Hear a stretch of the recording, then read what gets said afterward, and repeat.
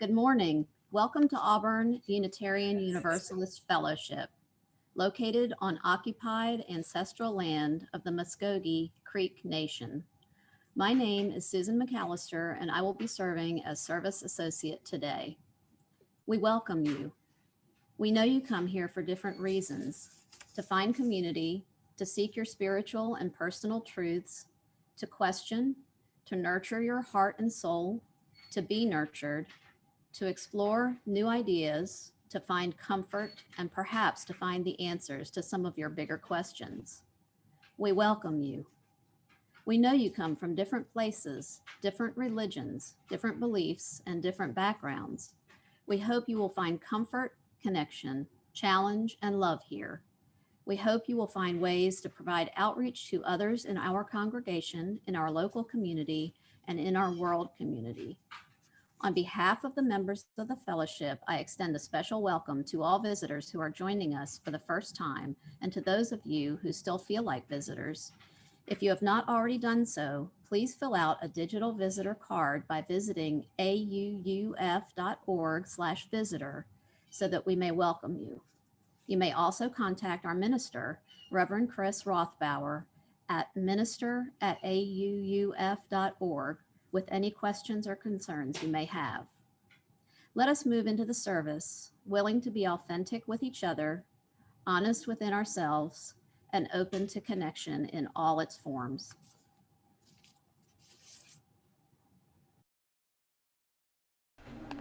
Our opening words are from Heidi Cotham.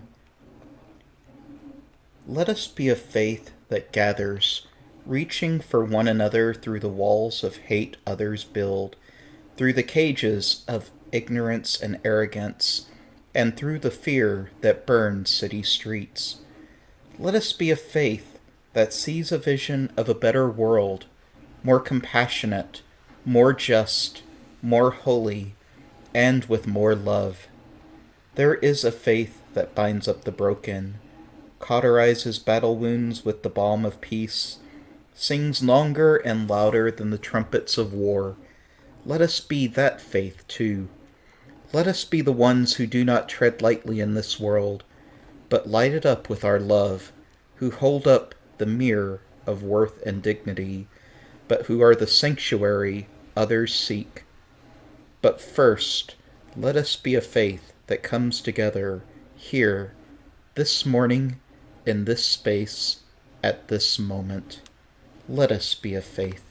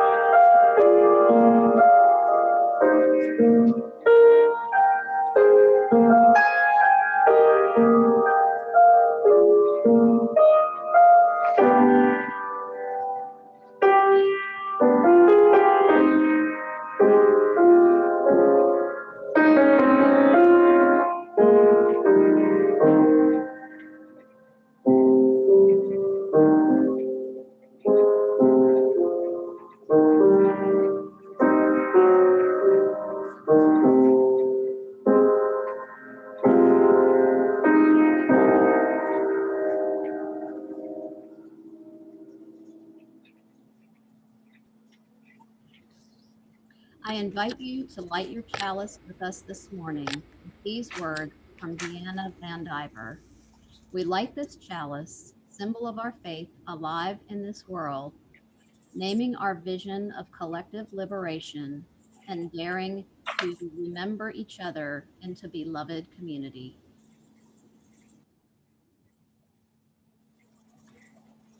As is our tradition, we also light a candle in solidarity with those families separated at our southern border.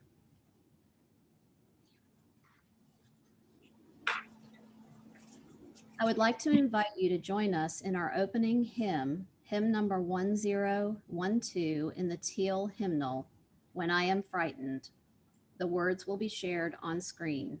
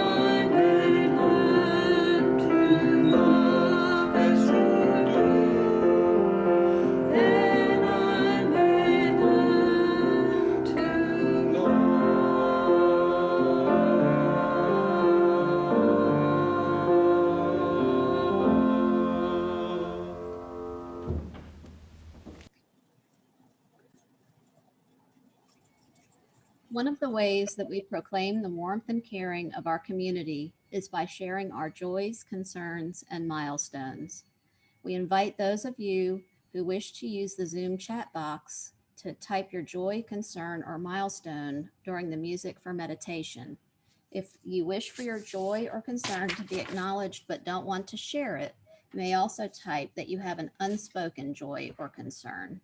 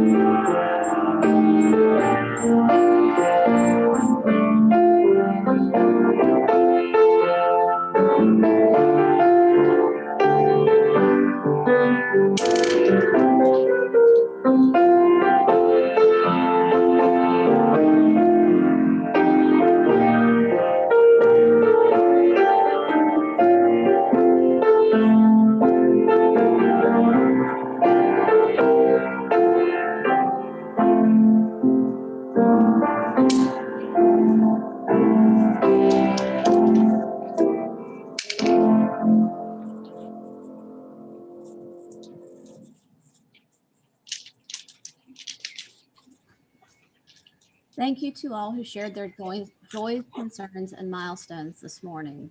These joys and concerns were submitted, or this joy and concern was submitted in advance for sharing. Jolly Roberts and Brian Vaughn's daughter, Megan, and her husband, Kentaro, celebrated the birth of identical twins. Ben and Ezra were born on January 20th. Jolly is anxious to travel to Pittsburgh to help out with the new babies. May all the joys, concerns, and milestones of this community, those shared aloud and those held in silence, be received into the care and concern of all present.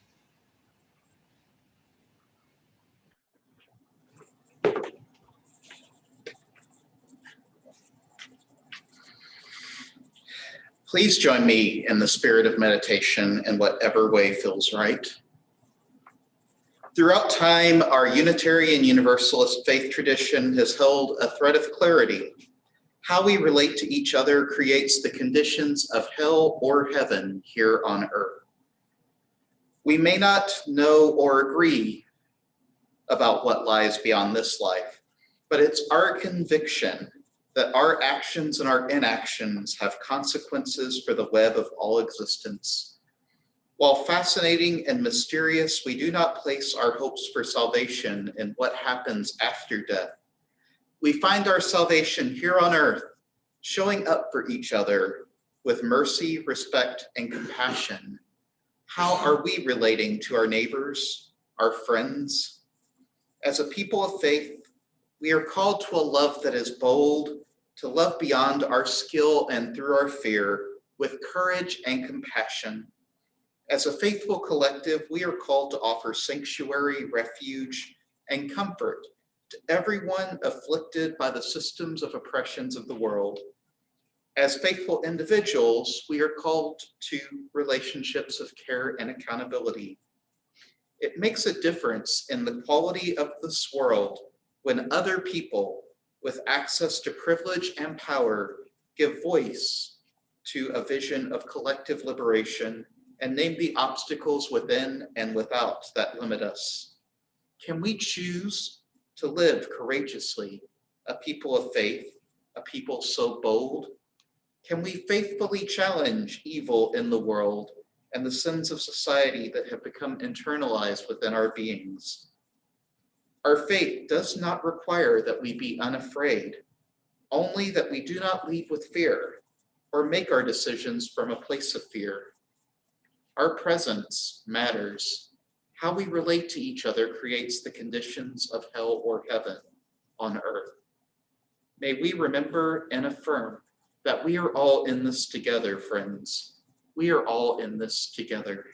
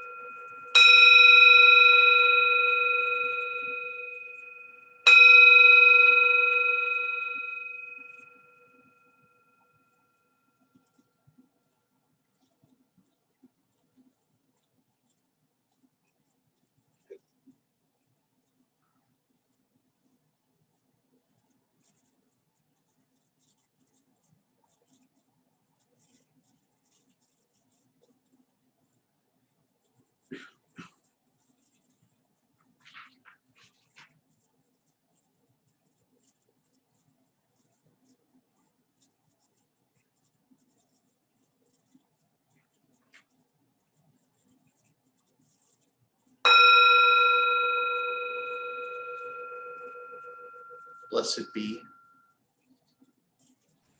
Let me try that again.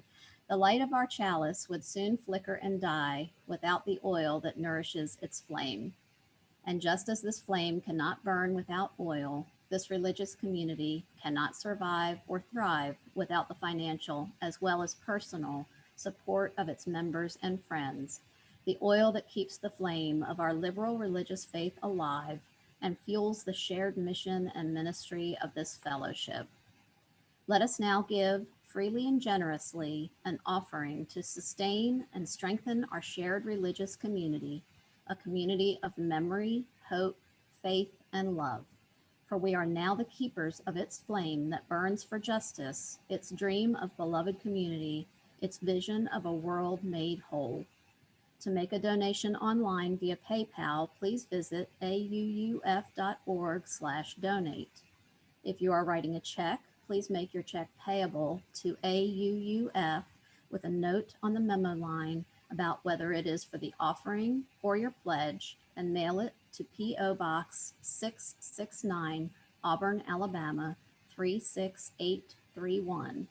The offering will now be gratefully received.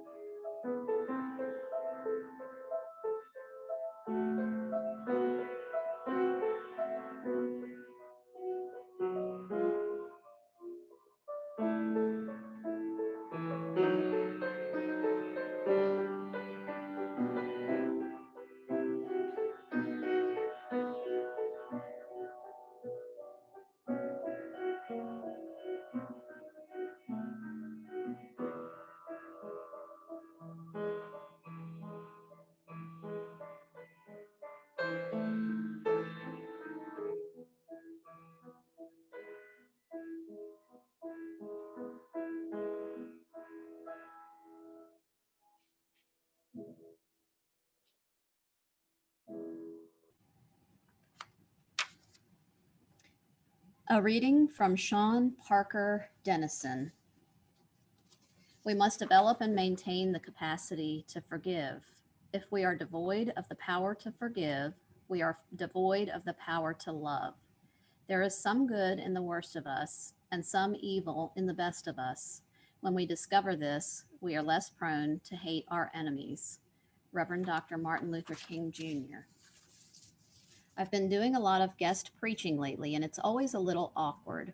I often don't know how the congregation is used to doing things.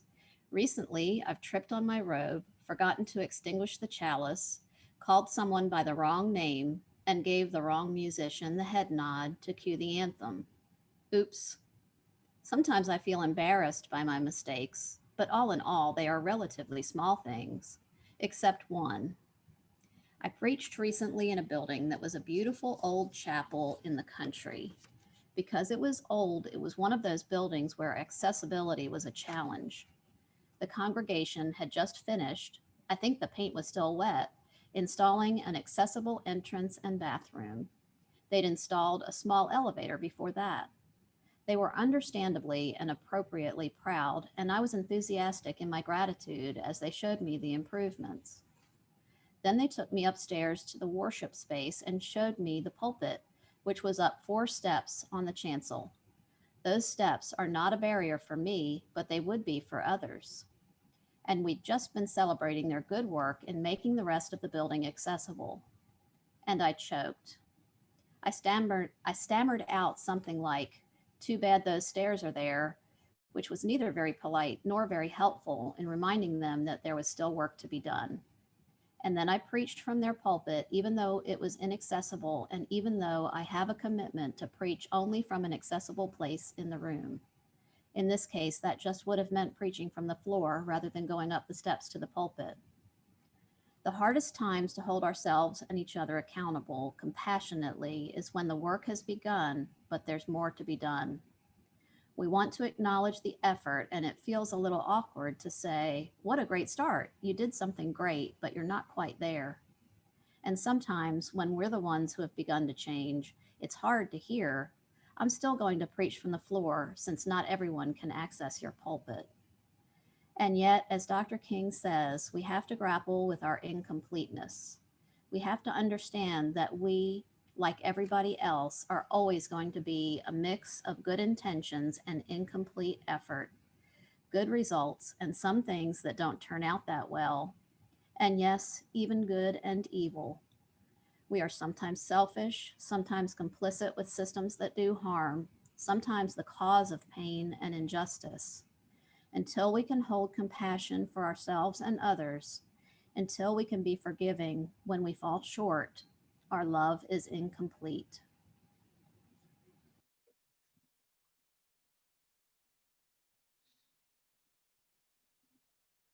This past May in Minneapolis, the death of George Floyd galvanized protests all over the world.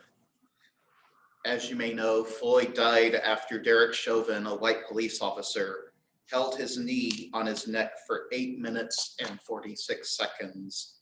All the while, Floyd pleaded with Chauvin, telling him he couldn't believe as he slowly suffocated under the cop's knee. His crime?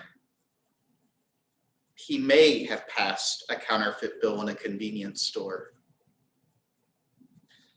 Floyd's death came on the heels of other killings of Black folks by police and vigilantes in the months prior to and after. Ahmaud Arbery in Brunswick, Georgia, Breonna Taylor and David McAtee in Louisville, Tony McDade in Tallahassee, Rayshard Brooks in Atlanta, and so many that did you realize Wikipedia literally has enough material for a separate article for every month of the year for people killed in the United States by law enforcement. What each of these people had in common is they either did not commit a crime or else the crime they were accused of was so minor that it did not warrant the treatment they received. And what's more, I've become convinced that this is the norm in the criminal justice system in our country. There are more police shootings in the United States in a year than there are in many European countries in a decade.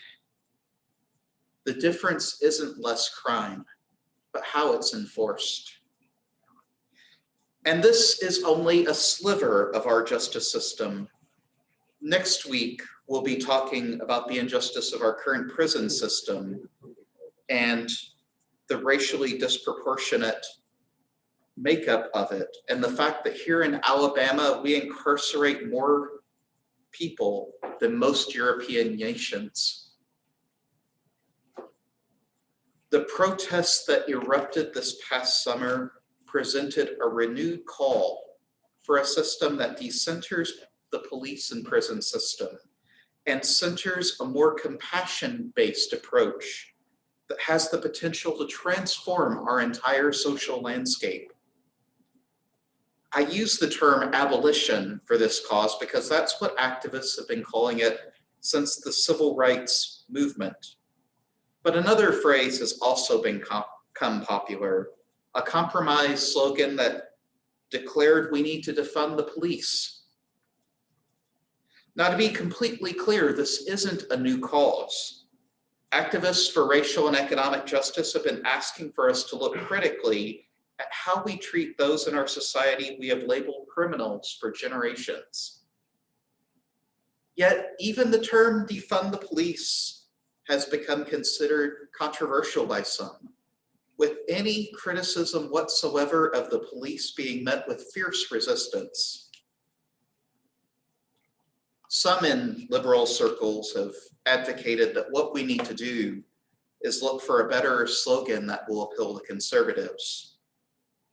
And there is some truth to meeting people where they are, as I suggested last week. However, the more I learn about abolition as an issue, the more I am convinced that there would be resistance to anything we called it. Our system of criminal injustice is so pervasive, that most people of all political stripes are unable to imagine anything different. Alex S. Vitale, a professor of sociology and coordinator of the Policing and Social Justice Project at Brooklyn College, suggests in his book, The End of Policing, that every well-intentioned effort at police reform has missed the mark because the issues with our permanent criminal justice system are deeper than a few superficial changes to the way police do their work. Reforms such as diversity training and recruiting and body cams have done nothing to alleviate the issues of modern policing, even though the police currently have a racial makeup comparable in most places to the areas they are policing. And this is largely because there is not a straightforward and unbiased method of accountability when things go wrong. Vitale believes that the only solution is to look at the role that police have in our society and consider whether every one of them needs to be armed. We live in a system that assumes the worst and seeks punishment over rehabilitation to the community. No matter how large or small the crime, there are people in jail longer for minor drug offenses than for murder. This results in living a world where everything is assumed to be a threat. And even many police officers agree with this. After the shooting and killing of some of his police officers in Dallas, Texas in 2016, then Dallas Police Chief David Brown said, "We're expecting cops to do too much in this country." Today, police officers, in addition to pursuing crime, are expected to be conflict mediators, school disciplinarians, mental health triage, income generators for their jurisdiction, and much, much more. What this results in is police with very little training in most of these areas, using force to solve most of the problems they encounter, because that is what they have been trained in, when other professionals would be much more qualified to do the work we're asking of them. In our country, where many essential social services have been defunded to the point of barely being able to survive, police have become the default presence that we've turned to in order to make us feel safe. We leave some of the most vulnerable in our society to turn to actions that harm themselves or others with little way to break the cycle. In fact, policing only exasperates the situation, and God forbid you're innocent and get caught up in the system, which happens all too often. So often there's an entire Netflix series about it. You may not be able to get back out, even when you can prove your innocence.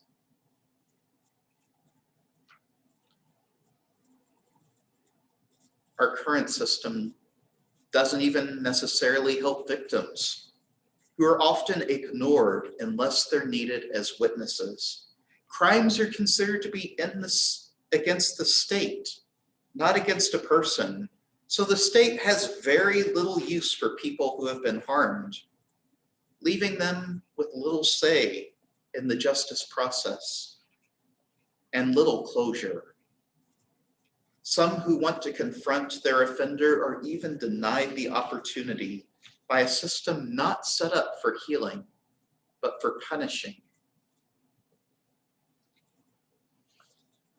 Yes, some have suggested that's what's needed is to find the right words that will finally convince Americans to support the goals of abolition and defunding. I'm not convinced that's ever going to happen, though.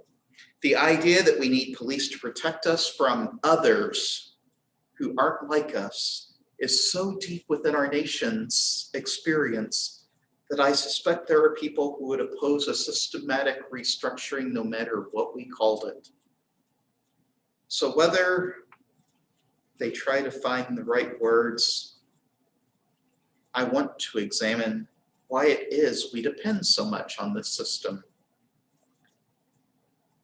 Zach Norris, a lawyer who spent his career working to create alternatives to the criminal justice system, says there's two underlying factors that have led to our current situation. The first is not understanding the difference between a crime and harm. In most of the United States, dealing in marijuana is a crime. However, simply arresting and locking up people for it has not reduced the incidence because we're not addressing the harm that leads a person to deal in marijuana in the first place.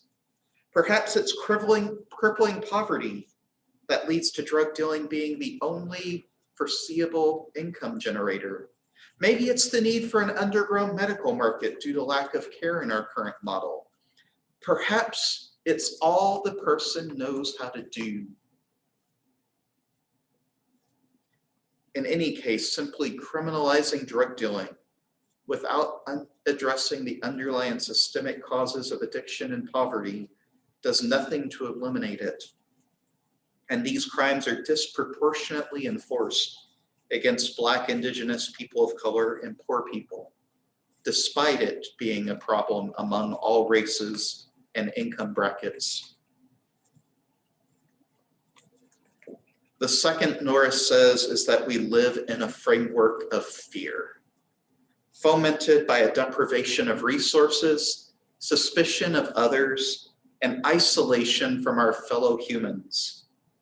We live in the social media generation where bad news is constantly on your feed and available.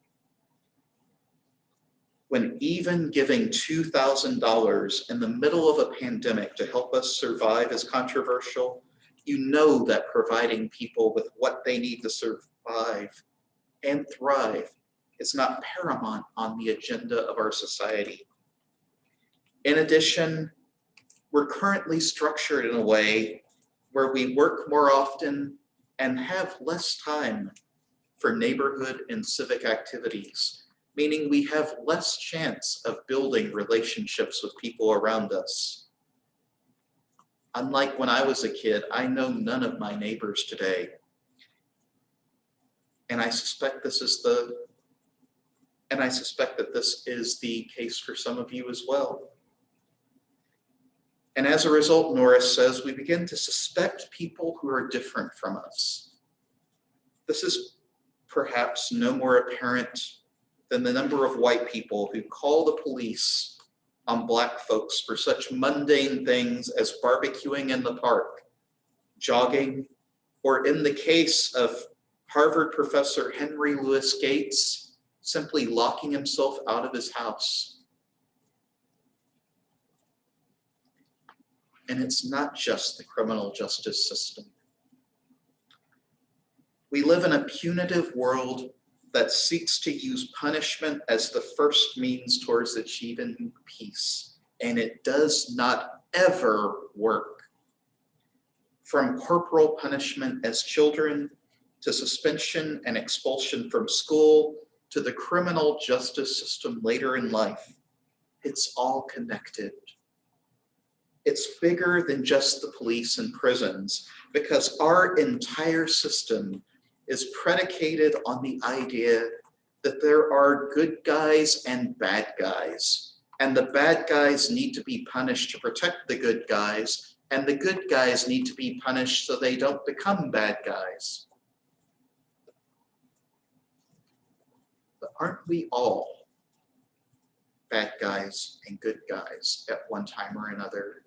As Sean Parker Dennison's reading this morning suggested, aren't we all unfinished works? Isn't this just another false binary that offers ways to easy answers?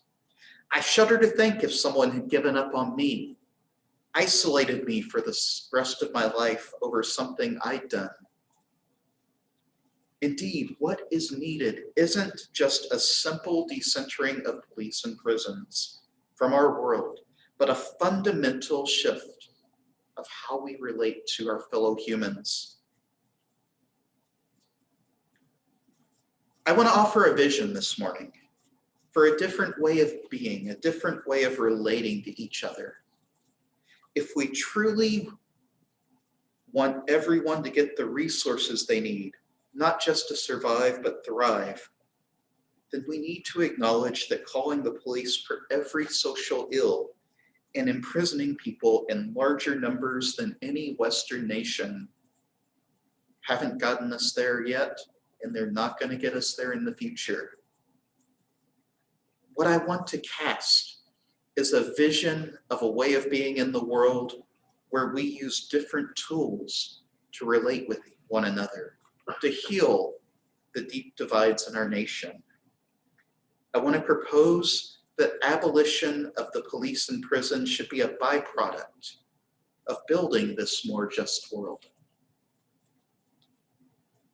Besides making sure people have the resources they need, we need transformative justice that seeks not only to restore people who have caused harm to our system, but to understand why they caused harm in the first place and transform the conditions of their lives so that we can all live in beloved community.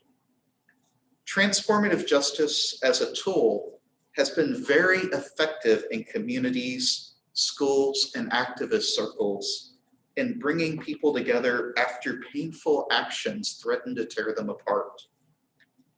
We need to be able to meet each other, even in our pain, in a way that embraces the dignity of both the survivor and the oppressor. But simply trying to impose a transformative justice framework in itself also isn't enough. Transformative justice is based on the notion of being accountable to one another, a process that often seems really difficult. In fact, it's been more than one Unitarian Universalist congregation that's resisted the notion of accountability at all, because when we think of accountability, we assume we're going to be punished. I want to propose that we're so encroached in a punitive framework that there's fear that any talk of accountability will lead to us being expelled from the communities that have become so dear to us. Certainly, there are people who talk about accountability in this way, but this is a misapplication of what it truly means to hold ourselves accountable to one another. There are people who act very punitively and then call it abolition and transformative justice. But activist Adrienne Marie Brown says that when we treat accountability in this regard, what's happening is that people feel betrayed and are looking for accountability and yet have no idea how to go about getting their needs met because all they know is punishment. Indeed, what if we thought of accountability not as something that is done to us, but as something we want to do because we don't want to cause harm to other people? What if we stopped thinking about it as right and wrong and simply as the work that we need to do to be in relationship with one another? What if we thought about it as nurturing the people we love in our lives? Brown says, in this way, we become accountable to a vision beyond ourselves, a different way of being, a vision of a world we want to be. What if, in the words of Nora Samarin, we could create a nurturance culture where instead of fearing accountability because I might be punished, we embrace it as just another part of being human and in fact seek it out even when it's hard. I believe that to get to the point where we're ready to hold ourselves accountable and come back into community, it's going to take relationship building that breaks the suspicion we've developed as a country towards people who are different than us. It's going to take listening and compassion to understand one another. It's going to take participation and a sense of being a part of something bigger than ourselves to break our isolation. We'll be called to get to know our fellow citizens, to develop empathy and compassion, to realize that even when we hurt one another, we must find ways to bring one another back into community. To quote Emerald Lazarus, until we are all free, we are none of us free. To be accountable is to do more than just punish a person and hope that things get better somehow. It's to actually look at the reasons why a harmful action was taken, as well as the impact on the survivor, and seek not to punish the person, but to transform the conditions they're living in and create new ways for them to be so that they don't have to continue perpetuating the harm. That might mean counseling, more resources, behavior covenants, or other changes to ensure that all parties feel safe. But the goal is for everyone to get what they need. This isn't a call to allow ourselves to be abused and harassed, to ignore the painful things that happen to us without repercussions. It's a call for us to examine how we deal with abuse and harm when it does happen. Restorative and transformative approaches have been shown to be very effective at both giving survivors of abuse and harm closure, as well as restoring perpetrators to the community, because they treat everyone involved as having dignity. I recognize that what I'm asking isn't easy, and it's not going to happen overnight. And we're going to have to talk about how to humanely help people who refuse to be held accountable as well. But I am convinced that we must break this punitive, fear-based mindset if we have any hope of building anything beyond what we currently have. If we have hope of building beloved community. In essence, I want to propose we have to stop thinking of abolition as a one and done goal, and rather as an ethical mindset. To paraphrase Adrienne Marie Brown, as a way of manifesting a world we hope to live in, rather than passively accepting that the way things currently are is the way they must be.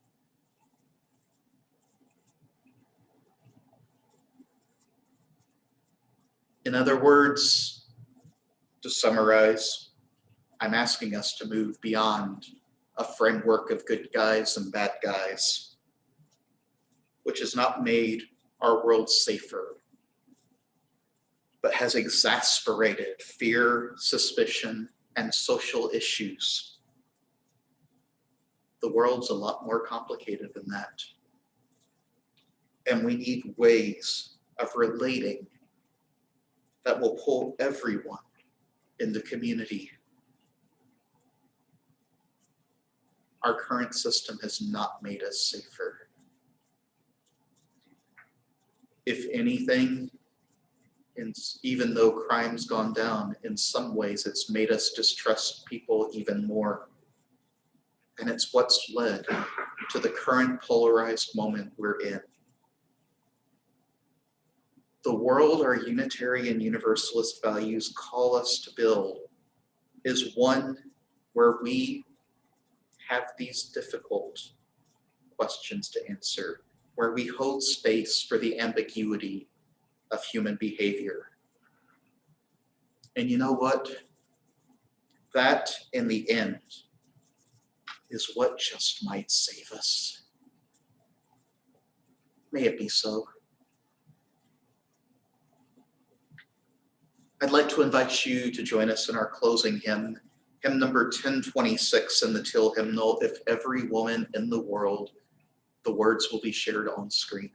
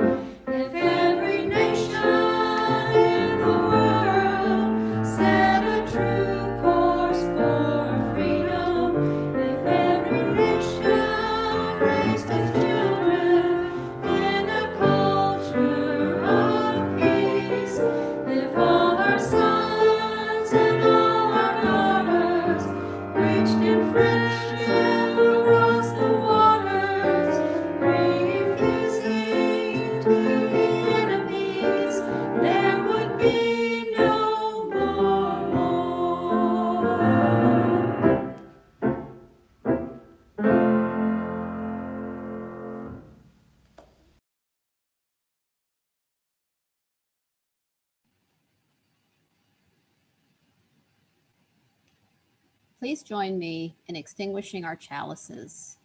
You will find the words on screen. We extinguish This flame, but not the light of truth, the warmth of community, or the fire of commitment. These we carry in our hearts until we are together again. Please join us now for our sung benediction.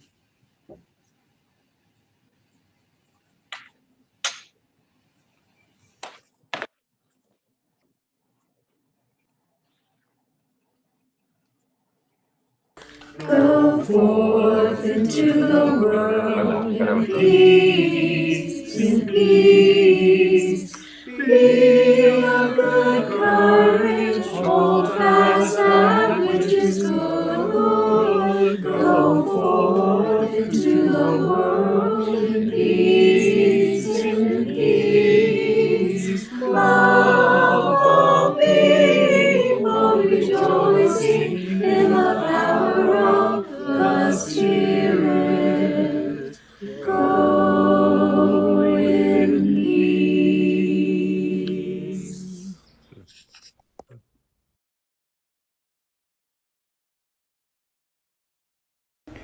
Our benediction is by Elena Westbrook.